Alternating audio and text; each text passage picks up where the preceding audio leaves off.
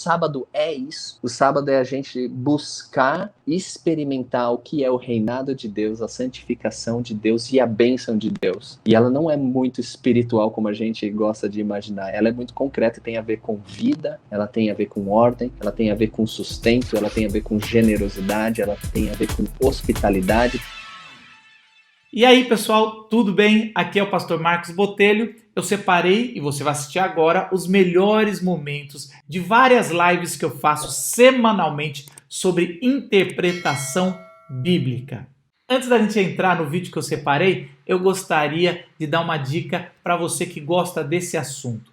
Eu fiz uma sala de Telegram onde diariamente eu posto áudios e vídeos para quem está interessado em estudar a Bíblia e entender os princípios hermenêuticos. É de graça, é só você baixar o aplicativo, que é como se fosse um WhatsApp. E por que eu criei esse grupo de Telegram gratuito? Primeiro, porque fica mais fácil para mim mandar esse material para você. Segundo, porque não vai ter algoritmos. O que eu mando a gente vai poder conversar diretamente. E terceiro, porque eu acredito que os princípios hermenêuticos de interpretação bíblica devem ser ensinados para todos e não apenas para pastores. Então a gente se vê na sala de Telegram, que você encontra o link aqui embaixo. Baixa agora. Vamos lá para o vídeo? Eu queria começar, Caio, com o primeiro versículo, o Bereshit bara Elohim lá. No princípio, Deus criou os céus e a terra. Esse primeiro versículo é uma grande discussão se ele é um título de entrada de um trecho que a gente vai entrar, ou se ele é o começo e depois aconteceu um intervalo, porque logo depois a criação começa com caos. Era a terra sem forma e vazia. Então, se Deus criou, como é que a terra era sem forma e vazia? Aí vem as teses modernas, que não tem nada a ver com o pensamento israelita antigo, de que foi provavelmente a queda de Satanás como um meteoro, daí zoou tudo. E aí é como se Gênesis 1, 2 em diante é Deus recolhendo os cacos e recriando todas as coisas. Bom, eu estou colocando isso, não é meu pensamento, mas eu lembro quando eu estudei, colocava como uma possibilidade disso. Depois a gente vai olhando, e essa é a função hoje do nosso bate-papo, de como os israelitas, na época de Moisés, ou depois, liam esse texto e entendiam, porque a regra número 1 da hermenêutica é entender como o primeiro público que recebeu entendia. E aí depois trazer para os dias de hoje. O texto não foi escrito para nós, não foi escrito para a reforma, foi escrito para pelo menos 1000 anos antes de Cristo. Então, como é que eles enxergavam esse início? Cara, então, acho que o versículo 1 é de fato um título, né? A introdução do que vai acontecer. Né? Acho que, assim, literariamente é uma resposta muito simples, é dizer que, de fato, o primeiro versículo é um título, e aí, a partir do versículo 2, você tem o desenvolvimento do que foi apresentado. Demonstra como foi que Deus criou todas as coisas. Por que que existem essas possibilidades? Possibilidades não. Por que que existem por que existe essa curiosidade? Novas teorias? Por que que inventaram essas novas teorias? Tem a ver com, pelo menos, duas coisas. Uma delas é o fato de que existe um reconhecimento de que existia alguma coisa antes de Deus, de fato, criar, né? Porque o Espírito de Deus, ou o sopro de Deus, pairava sobre a superfície das águas. Ué, da onde saíram essas águas se Deus cria ex nihilo, né? Do nada. Se não existia nada antes, e aí Deus vai e começa a criar. Mas tem um corpo de água lá, e o Espírito de Deus está pairando sobre a superfície desse corpo de água. E aí o pessoal pensa, bom, então entre o versículo 2 e o versículo 1, Deus deve ter feito alguma coisa. E aí que começa essas teorias para explicar por que que a criação começa com algo que já está lá, que é esse corpo de água, pelo menos, que é apresentado no versículo 2. E aí, a partir disso, o pessoal não só tenta explicar para tentar defender essa ideia de que Gênesis 1 tem uma narrativa da criação em que Deus cria ex nihilo, mas a partir disso também as tentativas de encaixar um monte de coisa entre o versículo 1 e 2 para explicar várias doutrinas cristãs, como a questão da queda de Satanás, ou se a gente começar a caminhar pelas divisões aí entre criacionismo e evolução, ou teísmo evolutivo e coisas do tipo, sempre tentar usar o intervalo entre o versículo 1 e 2 para jogar um monte de coisa lá dentro, para aí poder justificar aquilo que é defendido teologicamente ou dogmaticamente. A teoria que eu mais gosto, Caio, é que o intervalo entre 1 e 2 são de 3 segundos, o tempo da pena ter acabado o título e começar a escrever. Pelo menos. Não, mas não era pena, né? Mas tá bom. aí não sei, é verdade, é verdade. Demora mais um pouquinho, né? Se foi talhada. Uma questão aqui, também já um pouco mais exegética, mas também não entrando muito, é que a palavra princípio, né, o reshit, né, a gente tem como um período de começo. Então, várias vezes quando você pega essa mesma palavra em outros trechos da Bíblia, tá falando, ó, o rei tal tem um princípio de começo no ano 7. O reshit, no começo, é isso. Então, quando a gente percebe que essa palavra não é no princípio da coisa, mas é o princípio inicial, ele tá quase como um título que vai falar. Agora a gente vai falar sobre quando Deus criou os céus e a terra. Tanto que no versículo 4 do capítulo 2, você começa um outro título. Esse é o começo dos céus e da terra. Assim, mas já não foi, meu irmão? E aí também é um outro. E a literatura hebraica tem muito desses títulos, assim, que era porque você não tinha divisões de nada. Então você tinha os títulos de começo de trechos importantes, né? Às vezes, quando é o profeta, que você estudou bastante, era o profeta tal, filho de tal, no ano do rei tal, sei lá. São convenções literárias que, para o público da época, era muito claro aquilo que estava sendo feito. Assim como hoje nós, por causa das nossas convenções literárias, se eu vejo um título, né, num documento que está com uma fonte um pouco maior, em negrito, eu sei, obviamente, que aquilo é um título. Assim, da mesma forma, os antigos tinham suas convenções literárias para indicar o que eles estavam fazendo naquele documento, né? Então, eu lidando com Levítico, ou mesmo em Gênesis 1, eu falo sobre fórmulas que são usadas no texto para indicar alguma coisa. Então, existem, em Gênesis 1, por exemplo, você tem fórmulas conclusivas, né? Você tem fórmulas explicativas no meio do texto. Por exemplo, você tem cada um conforme a sua espécie. É uma fórmula que se repete em vários momentos do texto e que a gente tem que dar atenção para essas fórmulas, porque essas são convenções literárias que nos ajudam a entender o que o texto quer dizer. Ok, então vamos lá. Você acabou de dar um segundo princípio que é assim, quando o autor repete palavras, provavelmente é um hiperlink aonde você tem que prestar o dobro ou triplo de atenção. E Gênesis 1 é uma repetição de palavras que não acaba mais. Então eu queria entrar em algumas. Eu quero começar com essa. Por que toda vez que Deus está criando alguma coisa... A gente vai e volta aqui em Gênesis 1, tá, gente? Por que ele toda hora fala conforme a sua espécie? Não tem nada a ver com evolução.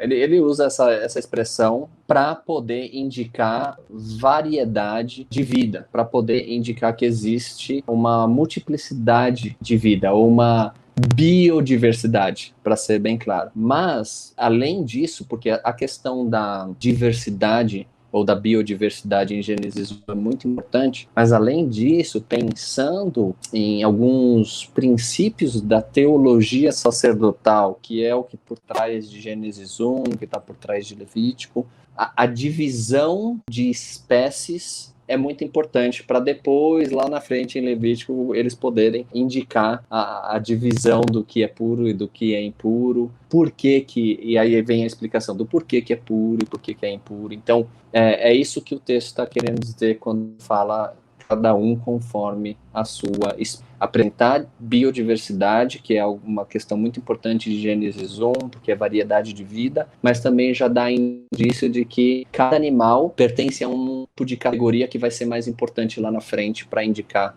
quais são os puros e impuros e por quê. Eu quero falar sobre sem forma e vazio. Eu ia tentar no hebraico, mas eu sempre erro.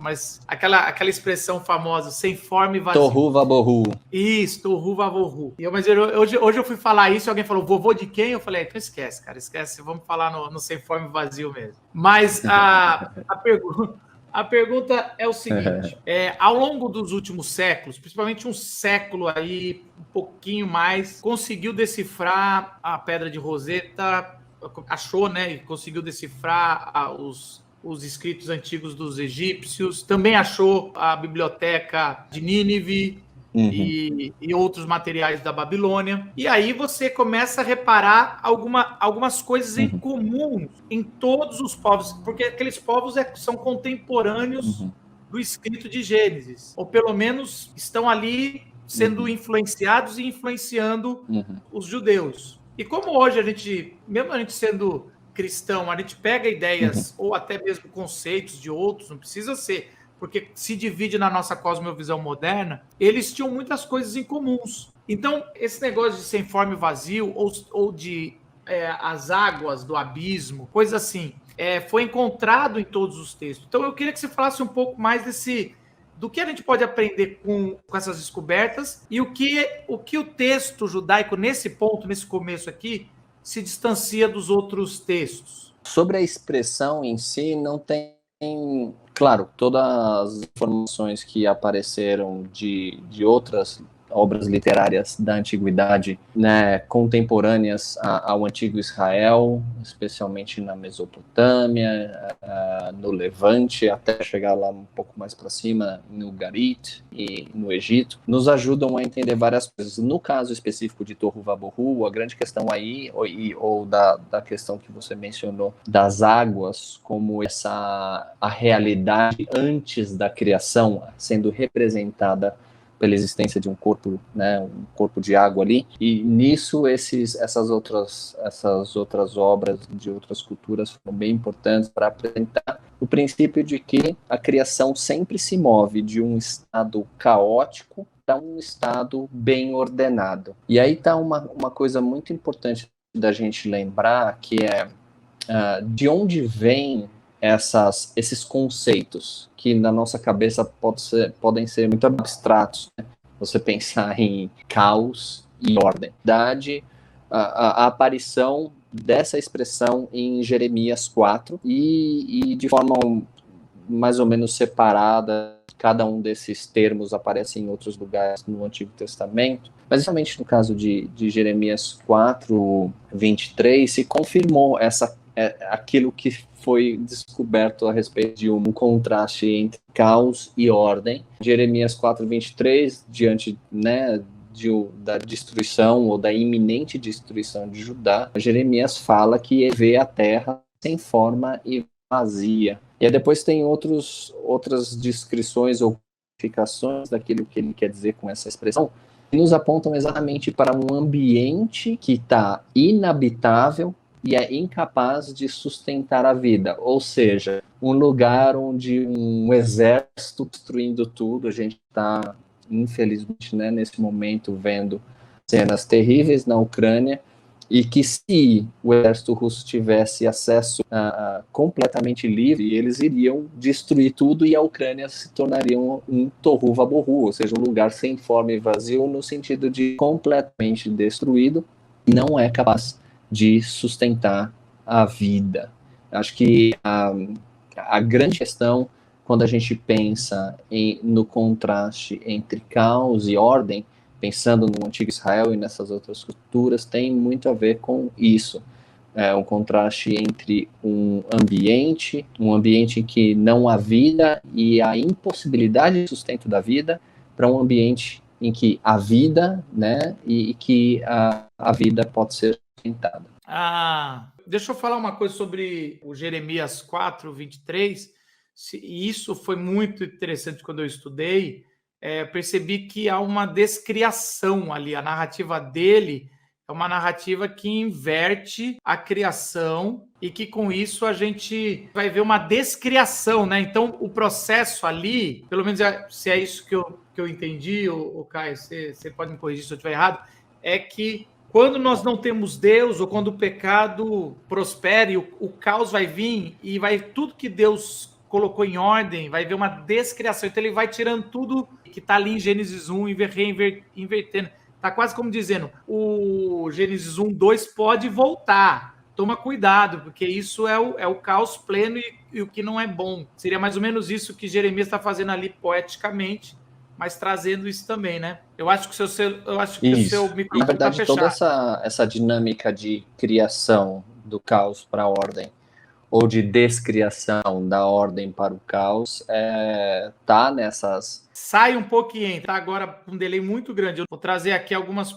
pessoas que estão ouvindo. Tem uma pergunta boa aqui, que eu quero até já responder. Como conciliar o princípio de que devemos ler a Bíblia buscando o sentido do texto para o público original com o princípio de que a revelação é progressiva? Sempre vamos buscar o sentido original do texto, até para entender a revelação progressiva. Agora, não sei se você sabe, a revelação progressiva, ela vai até Jesus. Jesus é a plena revelação, não é até os dias de hoje. Não temos 2000 anos depois de Jesus com mais revelação. Muito pelo contrário. A chance da gente se afastar do sentido original do texto é maior agora do que na época de Jesus. Então, revelação progressiva é uma revelação que vai até Jesus. Então, a Torá, ela tem uma revelação grande, mas ela, em Jesus, ela é plenamente satisfeita, ou a gente entende ela de forma plena. Deixa eu fazer uma pergunta. Você foi falar que é o caos, é isso, né? Sem forma e vazia, certo? Isso é meio incomum com todos os textos. Existe um caos em todas as criações. E me parece, por exemplo, principalmente babilônica também, que a água, esse caos da água, ele é sempre visto como a não criação, né? O nada, o caos. Assim como hoje eu pedi para alguém de hoje pensar no nada, a gente pensa em algo escuro, como se fosse no universo, que é um objeto. Pensar em algo escuro é pensar em alguma coisa. Parece que naquela época a água era o pensar em nada, ou era pensar no caos. Talvez por algum marinheiro que tentou cruzar algum oceano e morreu de sede no meio da água, morreu, não tem vida ali, o ser humano, ou pegou uma tempestade, ou até mesmo as enchentes que aconteciam naquela região. Então, existia esse caos. Isso explica por que o autor está começando com o Espírito de Deus pairava sobre a face do abismo, ali nas águas. Deixa eu pegar a referência certinho. Trevas habitavam a face do abismo, o Espírito de Deus se movia sobre a face das águas. É exatamente isso. As águas como representação de uma existência caótica no sentido de não ter a possibilidade da existência da comunidade humana habitar as águas, né? Seja, como você falou, por causa da questão do mar e do oceano, que trazia, de fato, assim, eu lembro do Sayão sempre falando dos desenhos animados, que as ondas têm caras e, né, elas têm uma personalidade nos desenhos, assim, e é mais ou menos isso, né? O mar como representação de uma realidade que é meio incontrolável. E não só incontrolável, mas incapaz de sustentar a vida por si só. E essa questão das inundações que você mencionou, então, o que eu tinha falado na última resposta é todo esse conceito de ordem, de caos e ordem, ou criação e descriação, já aparece em Gênesis, né? No dilúvio. O dilúvio é um evento de descriação em que tudo de novo volta para o estado como era, com a água cobrindo a terra inteira. E aí, de novo, nós temos o Espírito de Deus, mais uma vez, né,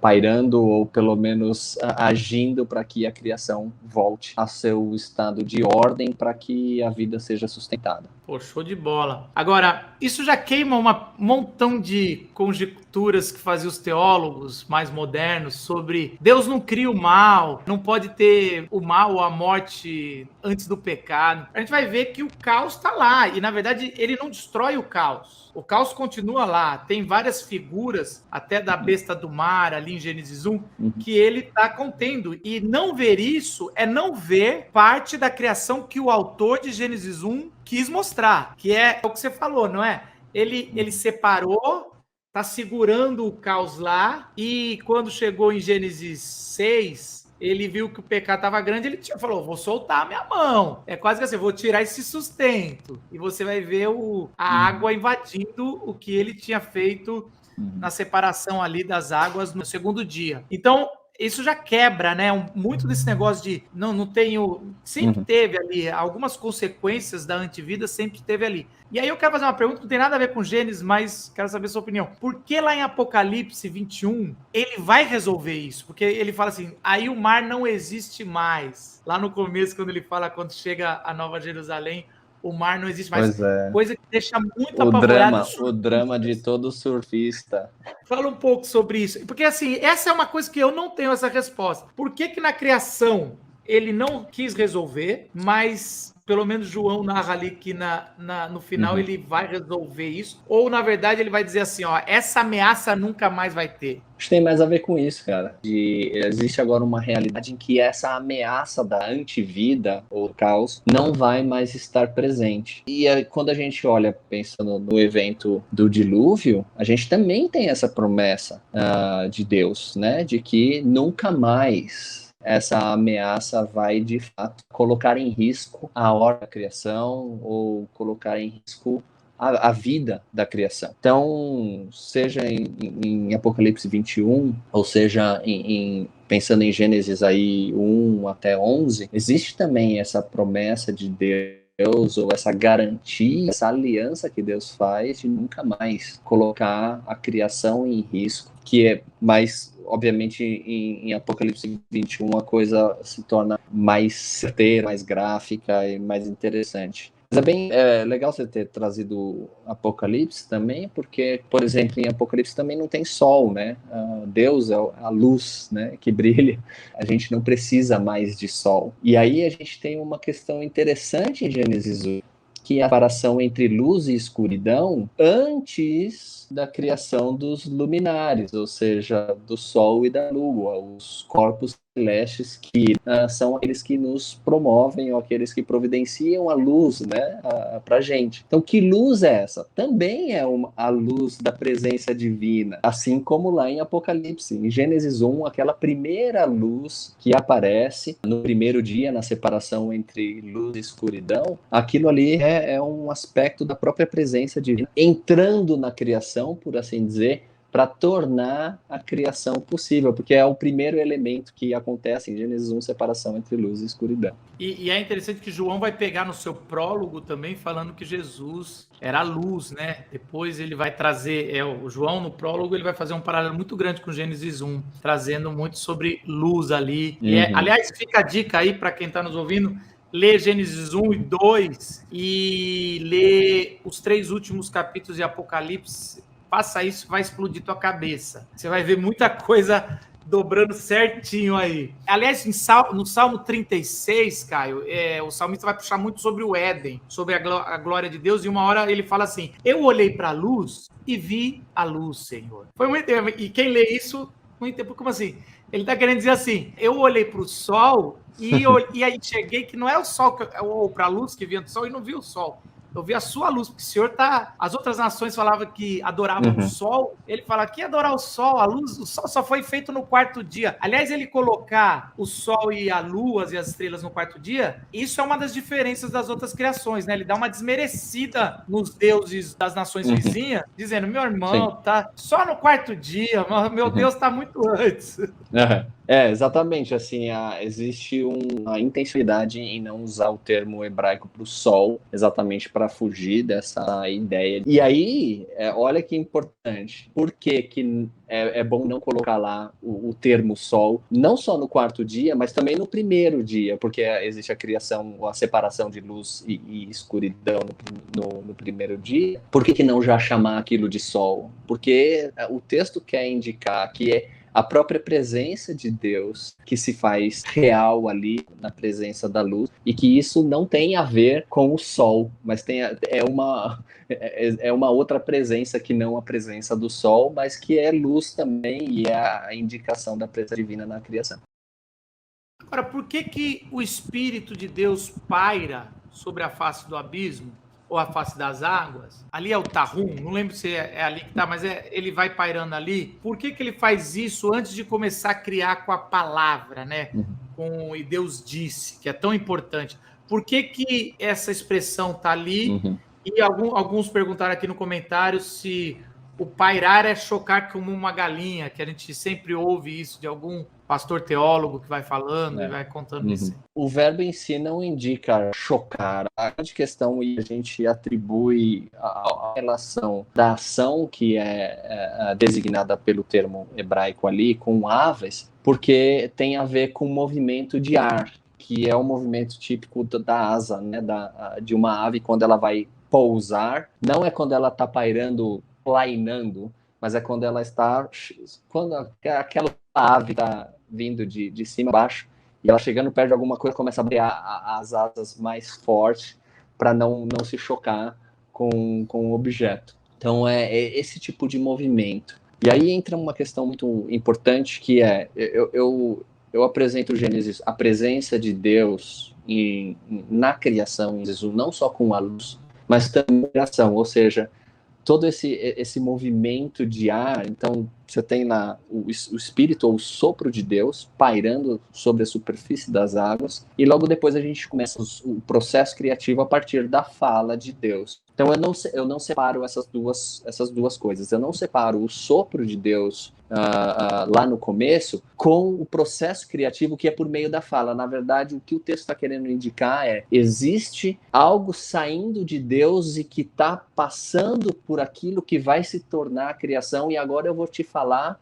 como é que esse espírito que saiu da boca de Deus está formando toda a criação. Então, para mim, o sopro de Deus, o Espírito de Deus que está pairando sobre a superfície das águas é um indício da fala de Deus que começa o processo criativo numa sequência de cursos, né, ou de convites para que a criação venha a existir. Cara, isso é muito legal, porque a gente às vezes fica preocupado mais com pairar, mas ali o mais forte é o Espírito. E é lógico que é uma coisa mais tardia, não está ali no autor, mas você acabou de escrever a Trindade. Você tem o Deus Criador, o sopro e a palavra vindo, que João vai falar, vocês sempre leram sobre o Espírito e Deus na criação, quero dizer que teve tem uma trinca aí. A palavra estava no princípio, era Deus, estava com Deus e era Deus. É lógico que estava com Deus, é Deus que está falando.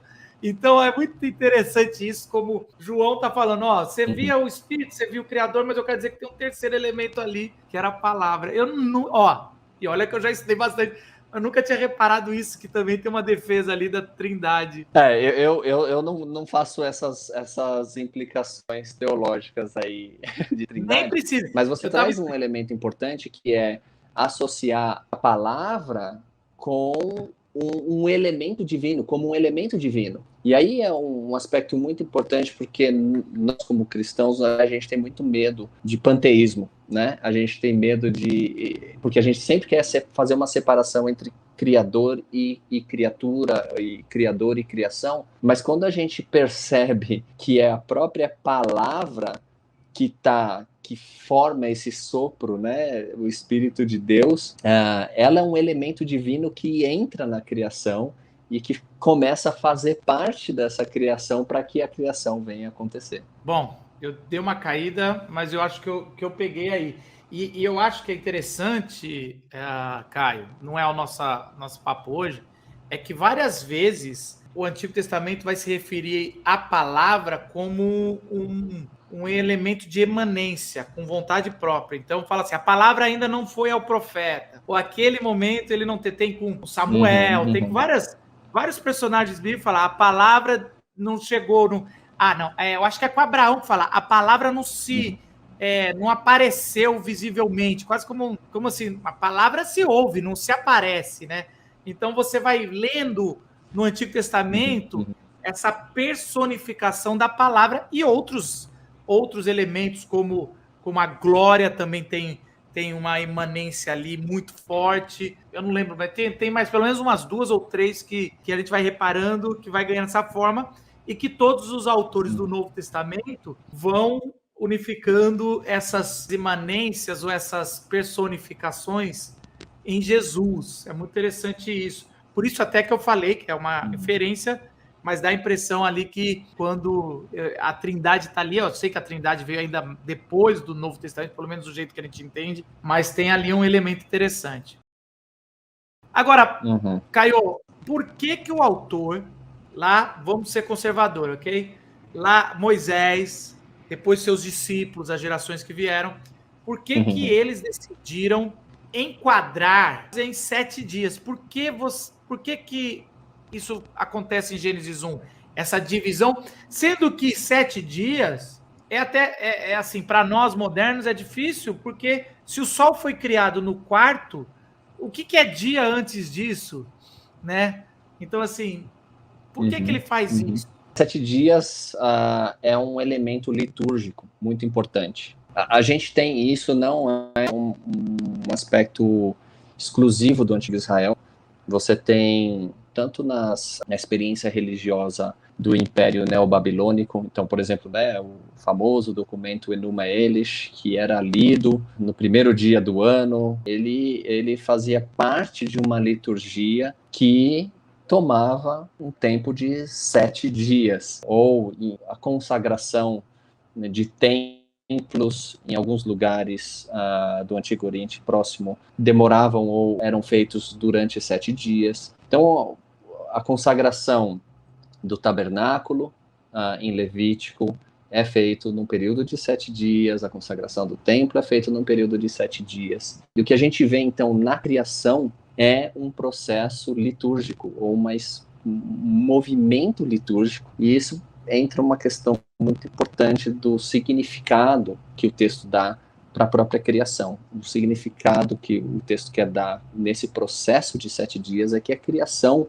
é um tipo de templo, ou seja, um lugar de habitação da divindade, um lugar de habitação de Deus. A criação ela é feita com esse propósito de Deus se fazer presente, de Deus fazer morada, ou Deus fazer a sua habitação na criação, e por isso esse processo de 7 dias é importante, que é um processo litúrgico que culmina com a inauguração da habitação de Deus na criação. Caraca, muito bom, cara. Então a criação não é para o homem, a criação é para Deus. É para tornar o lugar possível para Deus. É para criar um lugar onde os dois possam se encontrar. E não só o ser humano e Deus, mas um lugar onde Deus pode se encontrar com a criação como um todo. Então Deus cria um ambiente para que ele possa se encontrar com aqueles elementos que criou, obviamente, de uma forma mais especial, a humanidade. Depois de 400 anos de escravidão no Egito, o Shabá. Então, essa também narrativa da criação, encaixando no dia da semana, dando ênfase que o dia do Senhor, para povos que estão gerações sem descansar, sem adorar, sem entender o que é o processo litúrgico do Deus verdadeiro, ele também se faz muito forte. Então, os 7 dias, talvez o mais importante é o sétimo, que não foi criado nada, mas que toda a criação está mostrando, está tudo apontando para esse 7º dia. Exatamente, o 7º dia, e depois eu vou tentar chegar aí na questão do Êxodo e o que a gente tem ali nos 10 mandamentos e na questão da libertação, mas o 7º dia, cara, é muito interessante. Você tem pelo menos 2 elementos interessantes: o que Deus faz no 7º dia. Deus faz, ele descansa, ele santifica e ele abençoa.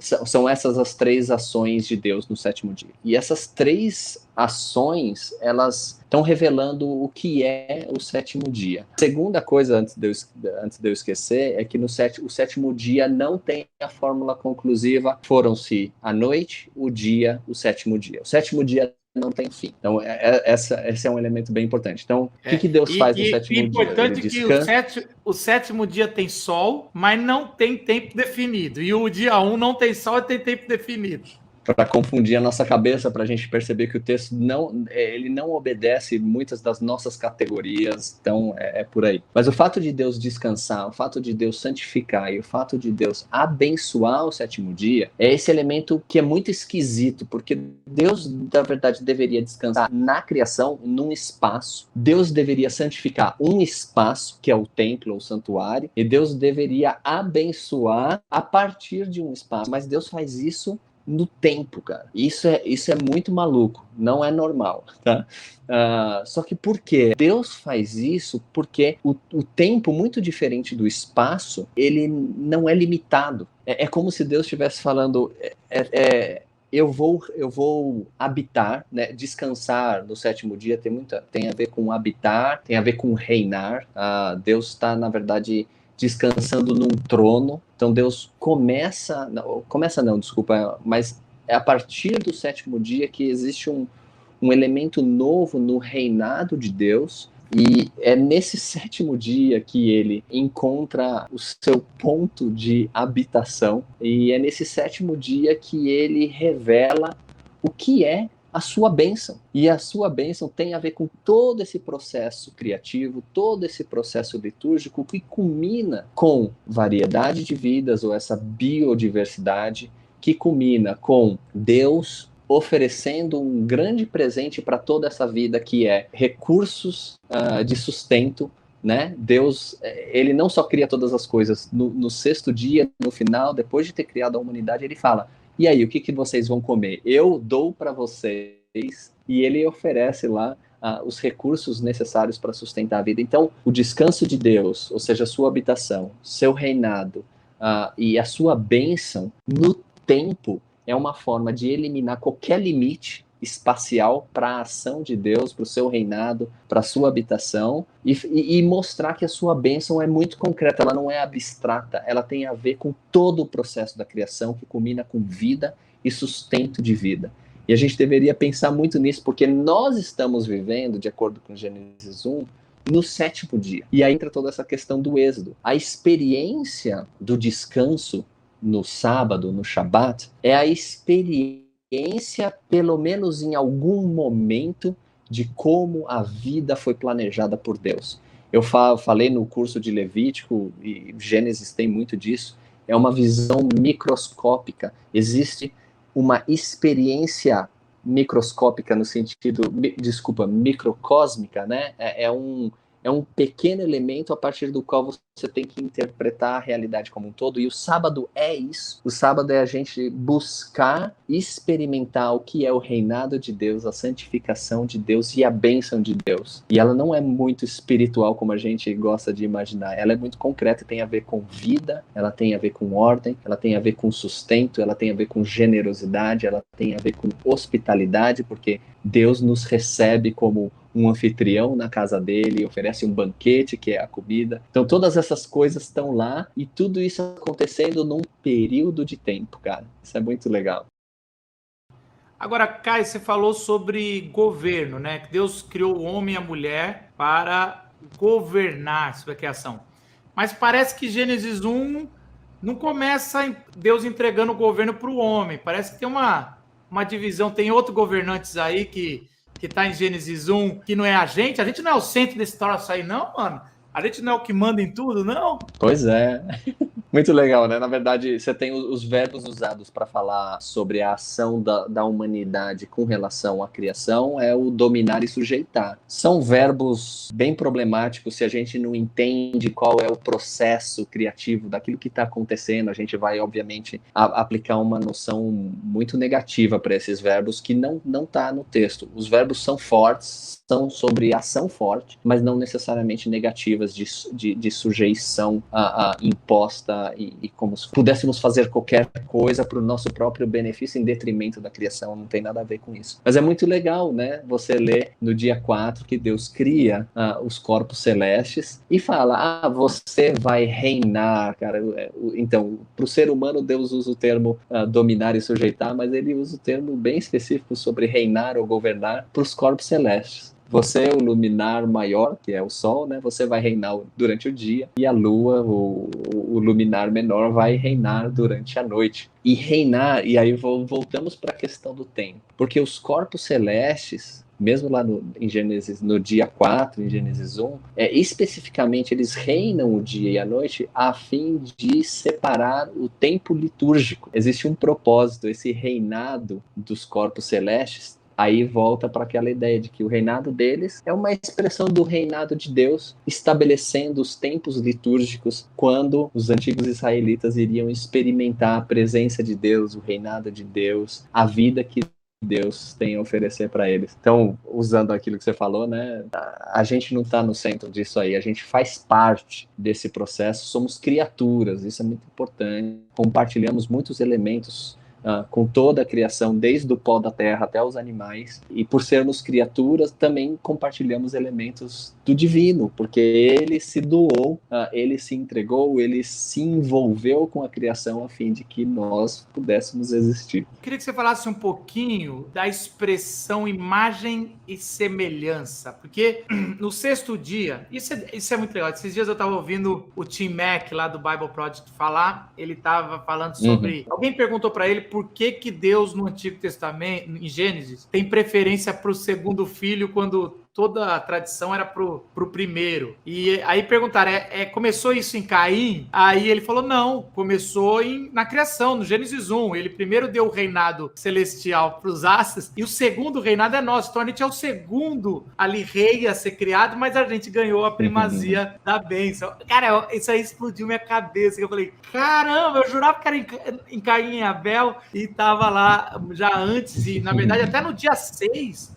nós somos a segunda coisa a ser criada. A gente tem, na nossa mentalidade linear, a gente quer falar, não, a gente é a primazia. Mas se a gente fosse pensar que o ser humano é o último pela primazia, então coloca a mulher como a primazia, porque ela ainda vai um pouco depois ali. Então a gente é o rascunho, ela é a Sobre o dia obra-prima. 6, por exemplo, pensando nessas fórmulas, nessas convenções literárias do texto, por exemplo, no dia 6, Deus cria os animais de gado, né, que seriam os animais domésticos, os animais selvagens e tal, e depois cria a humanidade. É muito interessante que Deus não dá aquela bênção de sejam férteis e encham a terra, que ele dá para os peixes. Ele não dá para os animais, ele espera a criação da humanidade e depois disso ele dá essa bênção. Que a gente pensa que é só para nós, mas a gente está ali junto com os animais.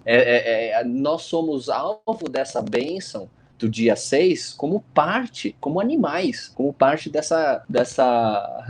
desse grupo que foi criado. Isso é muito significativo, cara, porque, por exemplo, os animais domésticos, eles viviam junto com os seres humanos, e a bênção do ser humano era a bênção para o animal, e a bênção para o animal era a bênção para o ser humano, porque os dois viviam em interdependência para a sobrevivência. Então, Deus abençoar a humanidade e os animais juntos ali no dia 6 é bem significativo, cara. E a narrativa de padrões, ela vai mostrando que as pessoas vão, pelo menos até os patriarcas vão entendendo cada vez menos isso e vão querendo dar para um filho só, sendo que podia ter, para toda a humanidade, toda a criação a bênção. Porque a bênção não muda, a gente quer fazer hierarquias de bênção. Não, a bênção de Abraão é diferente. Ou até hoje a gente faz isso, a bênção do meu pastor é diferente. É a mesma bênção. Quando Isaac vira para Esaú e fala, não tenho mais.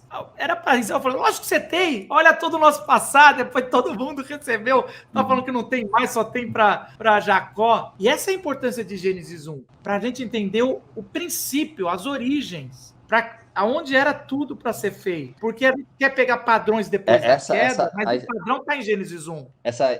Você lembrou bem da história de Isaac. Por que ele só tinha bênção para um dos dois filhos? Porque a mentalidade dele não é uma mentalidade de interdependência e cooperação, mas uma mentalidade de independência e concorrência, especialmente concorrência. Isaac estabelece a bênção como um dominando sobre o outro. Se você lê o texto e lê a bênção que Isaac dá para Jacó, pensando que está dando para Esaú, é uma bênção de dominação de um sobre o outro. Então ele não está pensando nos princípios de Gênesis 1 de que a bênção ela não é limitada, ela é transbordante, ela é expansiva em vez de ser escassa. Então a gente precisa entender essa forma de conceber a bênção de Deus não como algo que é como se fosse uma commodity que tem sua escassez, mas ela é uma força de vida que não pode ser contida. Ela precisa estar sempre sendo expandida e transbordada para muito mais do que alguns poucos recipientes, cara. Sabendo que, na verdade, o capítulo 1 acaba no versículo 31, acaba no capítulo 2, versículo 3. Eu não sei se você também corta assim, mas por aí. 4, a primeira parte do versículo 4. É isso, quarta, primeira parte. Nem o versículo cortaram direito quando a gente começa a entender um pouco os padrões. Mas eu queria que você falasse sobre imagem e semelhança, porque há algo especial aí, um presente de Deus, que diferencia os seres humanos da outra criação. Eu entendo o cuidado hoje nosso de dizer, primeiro, dominar não é de qualquer jeito. Deus fala para deixar os pastos para os animais, que é quase que assim, vocês não podem consumir tudo, porque a bênção que eu estou dando e a criação é para todos. Então você tem várias ressalvas que a gente pode ainda fazer, que a gente está aí, mas eu queria que a gente desse esse foco final aí sobre essa expressão também tão especulada, sem levar em consideração o antigo Israel? Imagem e semelhança, a gente, mesmo nos estudos mais críticos, o pessoal tende a focar em alguns contextos históricos específicos ou algumas instituições sociais específicas para explicar isso. Mas eu gosto de pegar todos eles. Então, o que eu faço? Imagem e semelhança a partir do contexto doméstico ou a partir da instituição social da família, imagem e semelhança a partir da instituição social da monarquia, imagem e semelhança a partir da instituição social do templo. Então, por que da família primeiro? Porque a expressão imagem e semelhança, ela se repete em Gênesis, só que em Gênesis 5:3, quando vai falar sobre a genealogia de Adão, o texto é claro em dizer que Adão gerou um filho chamado Sete, e que esse filho é a sua imagem e semelhança. O que isso quer dizer? Quer dizer que tem alguma coisa, pode ter alguma coisa de aparência física, de semelhança na aparência física? Pode ser, porque pai e filho é assim. Mas muito mais do que isso, pensando realmente na vida, na forma como o pessoal vivia, você ser imagem e semelhança dos seus pais, você ser filho, significa que você faz parte de um grupo social específico, você tem responsabilidades, você tem tarefas específicas dentro desse grupo social. Uma das grandes responsabilidades dos filhos era imitar ou fazer seguir o nome do pai, ou o ofício do pai, a herança do pai. Então, o que nós temos a partir dessa primeira instituição social da família, quando a gente pensa em humanidade, feita à imagem e semelhança de Deus? Nós somos filhos de Deus. A humanidade como um todo, somos qualificados com essa identidade de filhos de Deus, com funções implícitas nessa identidade, que é essa função de levar adiante um modo de viver, um ofício, as responsabilidades, uma herança, né? E é exatamente isso que a humanidade faz quando a gente pensa no processo criativo de Deus, como se fosse um processo de reinado de Deus sobre a criação, e a humanidade agora recebendo uma identidade que tem que preservar e manter esse mesmo modelo de reinado de Deus no processo criativo. E aqui eu já estou então usando aqui a instituição da monarquia até, mas essa instituição da monarquia é importante porque a expressão imagem e semelhança tem muito a ver com uma prática de reis de estabelecer pequenas estátuas suas em territórios em que ele estava reivindicando sua autoridade. Então você tem o reinado de Deus no processo criativo da Semana da Criação, culminando com Deus pegando uma estátua sua e estabelecendo nesse território para reivindicar sua autoridade com esse mediador, com esse corregente ou com esse vice-regente que é a humanidade. Então é esse elemento da instituição monárquica que eu vejo na expressão imagem e semelhança. E por fim, a instituição do templo, porque de novo, você inaugura um templo colocando o ídolo, você coloca a imagem da divindade lá dentro do templo, que representa a presença da divindade lá. E é exatamente isso que Deus faz em Gênesis 1. Ele cria o seu templo, o seu santuário, e coloca uma estátua, um ídolo seu, para representar a sua presença ali naquele lugar. O que eu acho mais importante especificamente sobre esse lado da instituição social do templo, é pensar que a humanidade, e aí a gente volta para aquela questão da bênção, a humanidade ela tem uma função sacerdotal. Ela representa a presença divina, mediando Deus para a criação e a criação para Deus. E nesse sentido, a humanidade ela tem uma responsabilidade muito grande de abençoar a criação. A humanidade ela é mediadora da bênção divina para a criação. E, de alguma forma, e aí tá, a dinâmica é muito, muito interessante, porque a dinâmica é a humanidade media a presença divina e a bênção divina para a criação, ao mesmo tempo que a criação proporciona à humanidade os elementos necessários para que a humanidade se encontre com Deus e entre na vida de Deus. Então toda aquela questão religiosa dos sacrifícios, das ofertas, é a humanidade usando a criação para se comunicar com Deus E a partir dessa comunicação com Deus, a humanidade vai e abençoa a própria criação, que deu para a humanidade os elementos necessários para se encontrar com Deus. Existe essa dinâmica de mediação da bênção de Deus como parte de uma mediação da presença de Deus, tanto por parte da criação como por parte da humanidade. E para mim isso fundamenta muito da nossa vida. A gente está sempre discutindo sobre a questão de qual é o valor do trabalho, qual é o valor da missão, da assistência social, das ações sociais, do envolvimento cristão com questões ambientais. E quando a gente olha para essa identidade sacerdotal da humanidade, a gente percebe que em todas as coisas que nós fazemos e que nós estamos, de fato, abençoando a criação, abençoando outras pessoas, abençoando elementos da criação, nós estamos fazendo um culto a Deus. Nós estamos nos encontrando com Deus em todas essas coisas que a gente faz. Você falou várias vezes humanidade, né? No Gênesis 2 vai ser o nome do primeiro homem, né? Humanidade, Adão. E isso às vezes a gente nem percebe, né? No primeiro, ele e ela, né? Ishi e Shá, né?